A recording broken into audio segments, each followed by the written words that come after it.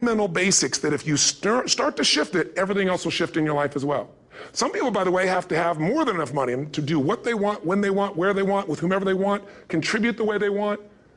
And if that's their must, they find a way. I know that sounds overly simplistic, but it's true.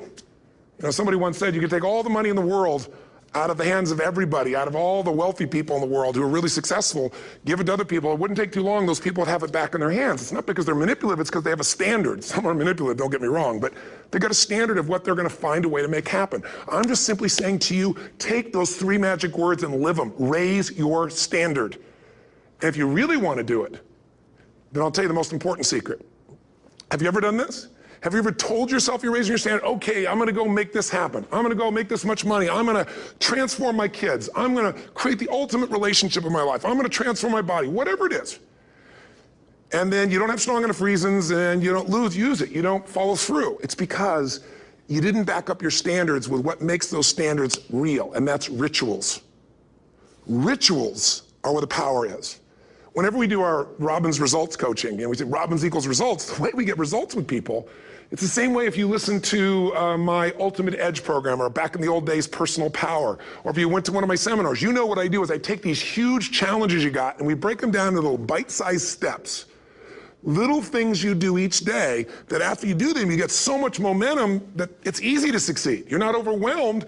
You have these victory day after day after day on little things. If you went through Ultimate Edge, I'm sure you learned about the hour of power, or the 15 minutes to be able to be fulfilled, or 30 minutes to thrive, where you literally just condition your body and emotion with a couple little rituals. So it doesn't matter what's going on in your world, you feel that strength, and it's not fake, it's not some pump up, it's coming from inside you, and it works. Rituals define us. See, all the results in your life are coming from your rituals.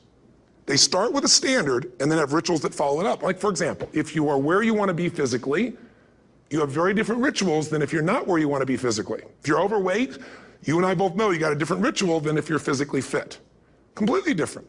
You get up in the morning, what's the first thing you do if you're fit? Your shoes are there, you roll over, doesn't matter how you feel, you put on your shoes, you lace them, you start walking, or whatever that ritual is.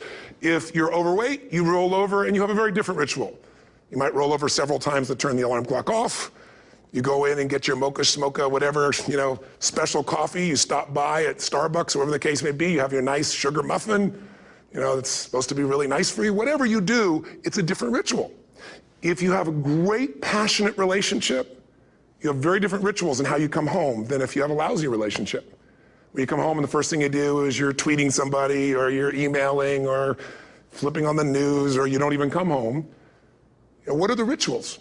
Whenever I study people that are successful, what I look for is what's the standard they hold themselves to, and then what are all those little rituals that add up? Because think about it. Success and failure are not giant events. They don't just show up. You don't just suddenly become successful or suddenly have this cataclysmic event that makes you fail. It may look that way, but failure comes from all the little things. It's failure to make the call. It's failure to check the books. It's failure to say, I'm sorry. It's failure to push yourself to do things physically that you don't want to do. And all those little failures day after day come together until one day some cataclysmic event happens and you blame that. That event happened because you missed all the little stuff. Do you agree with me? And success, by the way, is not some overnight event. It's all these little things. Success is having a vision. Success is making it compelling. Success is really seeing it and feeling it every day with strong enough reasons. Success is feeling the sense that I'm here to grow and I'm here to give something to the world more than just myself. Success is caring about other people. Success is calling and saying, I love you in the middle of the day for no damn reason. Or sending a note. That'll change your relationship. Have a ritual of something funny, playful, or a surprise you do. How many relationships are dead today because they have no surprise rituals anymore? You need to have some rituals, some cool things you do that nobody else does that gives you a better life than anybody else has. All the little stuff, that's where success comes from. In business, it comes from delivering more than anybody could imagine. All those little things add up. People go, wow, that's who I want to do business with. It's true in any area of your life. So if you look at somebody who's really successful and you think, wow, I mean, they're so amazing, they're such a genius, you got to dig underneath and you got to remember something. People are rewarded in public for what they've practiced for years in private. Myself and my business people say, how do you get up and speak? And you have no notes and you go for 3 days and nights and the room is like, everybody's wired and it's incredible. It's like a rock concert. How do you do that? How do you have that confidence? Well, it's not confidence, it's experience now. But I did so much behind the scenes and I still do to make things right. I mean, how many people would know that since the time I was 17 years old, before I walk out on stage, still do to this day, wouldn't need to do it, but I still do it, I never walk out there without being in an absolute peak state of mind. There are days my back is hurting, my throat is hurting, or I may have had a challenge, or my father passed away, and I've still got to deliver for these people because my standard is give my all every time. Every event has to be better. Talk to anybody who's been to our events for 5, 10 years, some of our trainers, and I'll say, I don't know how he does it. He always finds a way to make it better. That's not an ego thing. That's a standard in me. I have to find the way. And my ritual, though, is I prepare, I think, I gather new information, I figure out how to put something across better. What do people need? I spend time with our customers. I see what's going on. And before I get on stage each time, I have this little ritual to put myself in a state of mind. And I did it starting like 17 years old. I started doing it. I'd say, I now command my subconscious mind. And I say this out loud several times, this little phrase, set of phrases, as an incantation to kind of condition my mind and body. And I'd say, I now command my subconscious mind to direct me in helping as many people as possible today by giving me the strength and the emotion and the humor and the brevity, whatever it takes to show this person and help this person change their life now. And I started that with a person when I worked with people one-on-one, and I would do that for 45 minutes driving in my Volkswagen to go serve and coach somebody for the first time. Now I don't say that person, I say these people, and I can go out in a room of 10,000 people and deliver for 50 hours, and I do it every time I come back on stage. It's a ritual to go into peak state. Peak states don't just show up, they don't interrupt you. Great ideas don't interrupt you, you gotta pursue them. I talked to Michael Jordan, I'll never forget, at the peak of his career, and got to watch his final game, saw him backstage and spent some time with him, and it was a pretty exciting time. He was the greatest basketball player I think that ever lived and has ever lived. And I asked him, I said, what sets you apart, Michael? What is it? And is it God-given talent, ability, skill? What is it? And he said, Tony, he said, I can shoot you straight. It's not, me trying to act humble. He goes, I have a lot of talent, a lot of God-given talent, a lot of skill. I've worked really hard. But he said, really, it's my standards. He said, every day I demand more from myself than anybody else could humanly expect. I'm not competing with somebody else. I'm competing with what I'm capable of. Magic formula.